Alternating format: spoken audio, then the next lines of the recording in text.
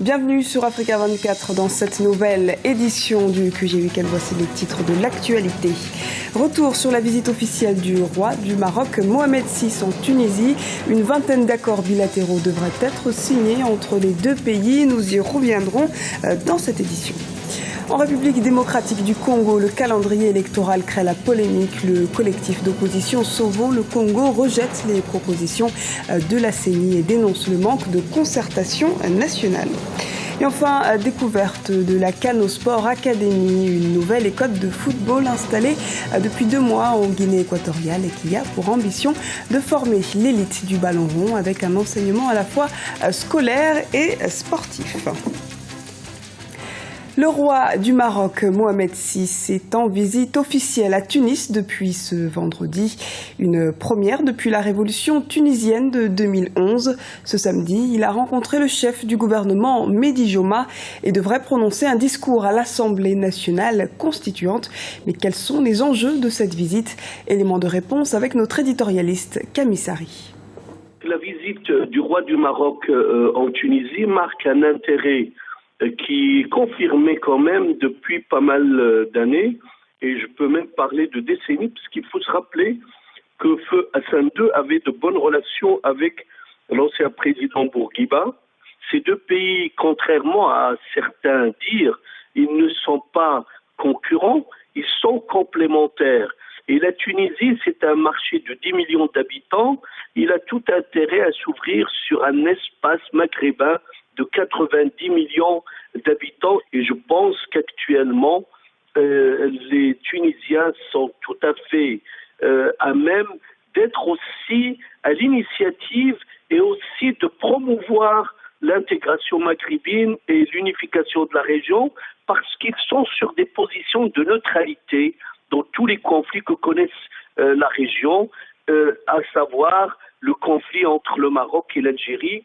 Eux, ils transcendent tous ces conflits et ils sont là pour jouer ce rôle à la fois de médiation, mais aussi de proposition concrète.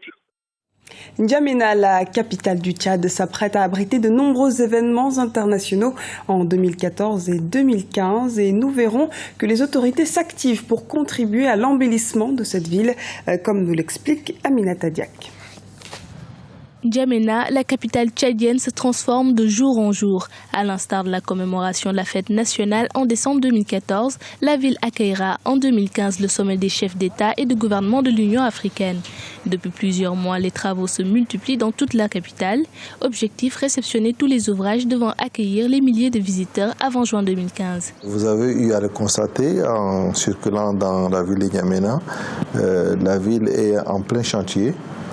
Et c'est grâce également au dynamisme, à la volonté de son Excellence, Monsieur le Président de la République, Idriss Déby Itno, qui a vraiment cette volonté de rendre cette ville belle.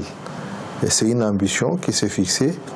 Et nous, en tant qu'autorité municipale, nous devrons également l'accompagner dans cette démarche de rendre cette ville belle, pour accueillir ces grands événements. Pour associer les différents acteurs au projet d'aménagement de N'Djamena, le maire a initié le prix architectural afin d'encourager et reconnaître l'implication citoyenne. C'est un prix qui est pour une durée d'une année renouvelable. Pour l'année 2014, nous allons continuer à travailler, à encourager tous ceux qui contribueront à l'embellissement de cette ville, surtout que ce soit des opérateurs économiques, que ce soit des fonctionnaires, ou que ce soit des entreprises para-étatiques. Tout ce monde-là, nous allons les primer en leur accordant des attestations de reconnaissance pour l'embellissement de la ville de N'Djamena. Le Tchad mise sur la réussite du sommet de l'Union africaine pour instituer sa diplomatie de paix. Le pays compte également asseoir son image d'organisateur de grands événements. Une centaine de rebelles rwandais des forces démocratiques de libération du Rwanda se sont rendus avec leurs armes ce vendredi dans l'est de la République démocratique du Congo. Il s'agit là d'un premier geste censé initier un processus de reddition. Réfugiés dans l'est de la République démocratique du Congo depuis 1994, les rebelles des FDLR sont accusés d'avoir participé au génocide des Tutsis qui a fait au moins 800 000 victimes selon l'ONU. Toujours en République démocratique du Congo, la coalition Sauvons le Congo rejette le calendrier pour les élections locales. Pour ces partis d'opposition, le calendrier proposé par la CENI va à l'encontre des discussions organisées sous l'égide de la communauté internationale. L'absence de concertation est par ailleurs vivement critiquée. Erika Ouraga. Lundi 26 mai, la Commission électorale indépendante de la République démocratique du Congo rendait public le calendrier pour le cycle électoral 2014-2016. Ce calendrier prévoit des élections municipales, locales et législatives à suffrage universel direct en 2015, ainsi qu'une élection présidentielle en 2016. L'élection de sénateurs, de gouverneurs et de députés provinciaux à suffrage universel indirect est également envisagée. Un calendrier contesté par l'opposition. La CENI a reçu le mandat de parachever le cycle électoral commencé le 28 novembre 2011 et non pas privilégier les arriérés du cycle électoral de 2006.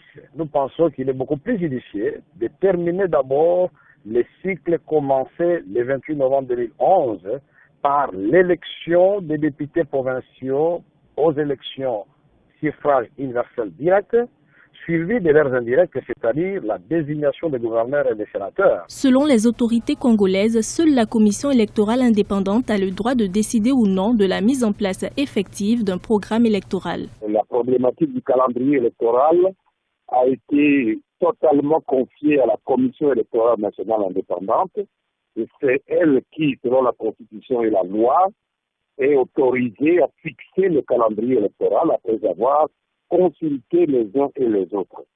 Ces consultations ont eu lieu, même ce regroupement Sauvons la Nation a été souvent en contact avec la Commission électorale nationale indépendante. Pour certains candidats indépendants, l'une des priorités serait l'adoption rapide du calendrier électoral afin de permettre des élections générales transparentes et équitables. Vu la situation dans laquelle aujourd'hui notre pays est en train d'évoluer, nous sommes dans une grave crise politique et une grave crise de confiance. Il faudrait absolument que la loi électorale et le calendrier soient adoptés par consensus. Autre priorité, le recensement administratif.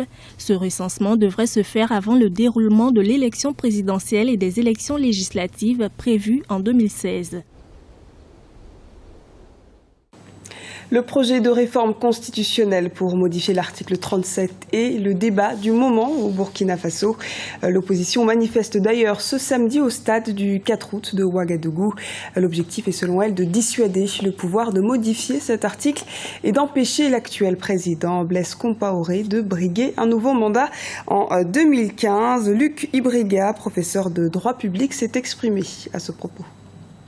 L'objectif de ce meeting est de dire non au référendum, non à la révision de l'article 37, parce qu'aujourd'hui, on veut, par un référendum, pour servir les intérêts d'une seule personne, amener le Burkina Faso à dépenser des milliards, alors que beaucoup d'enfants burkinabés sont encore dans des écoles sous-payotes. Nous disons, juridiquement, le référendum n'est pas fondé. Et du point de vue de l'opportunité non plus, ce référendum n'est pas fondé. Nous pensons bien que nous réussirons, tout comme nous avons réussi à empêcher la mise en place du Sénat. Je pense que la mobilisation est déjà très très forte et nous allons rééditer l'exploit du 28 janvier.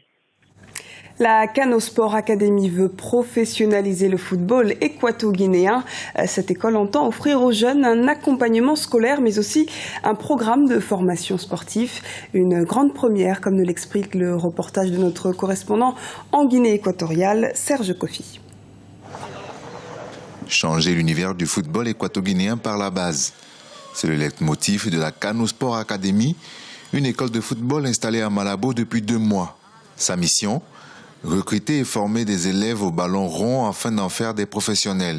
Après un casting de 1200 postulants à travers l'ensemble du pays, 100 ont été retenus pour être formés pendant une durée d'1 an.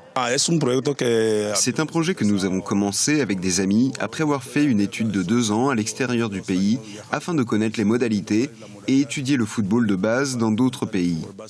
Nous avons pris l'exemple de quelques pays africains et européens pour réaliser ce projet. L'objectif pour nous est d'avoir de jeunes équato-guinéens qui un jour pourront se convertir en joueurs professionnels et avoir une sélection de natifs composée de joueurs qui sont nés et ont grandi en Guinée équatoriale. Les ambitions affichées sont claires. Dotées d'infrastructures telles que ce centre d'entraînement neuf et moderne, la Canosport Academy forme des jeunes entre 12 et 18 ans en alliant sport et études. Pour cette première année, des formateurs tels qu'Olivier Perrin, directeur de Génération Foot Sénégal associé au Football Club de Metz en France, ont été sollicités. Et dès la première séance, il a pu relever un fort potentiel. Sur les exercices techniques, c'était assez compliqué parce que c'était des choses qu'il découvrait. Par contre, dans le jeu, c'était intéressant parce que je trouvais que c'était un football un peu proche du football argentin avec beaucoup de feintes avant les prises de balles, de maîtrise individuelle et de jeux courts à base de passes collectives. Mexique, ça ressemble au Mexique et Argentine, je connaissais pas trop. Les académiciens entrés ici sont animés d'une grande conviction et rêvent déjà d'une carrière professionnelle. Mais c'est une meilleure opportunité de les enfants de Guinée pour connaître ou avoir une chance de jouer au foot pour défendre notre pays.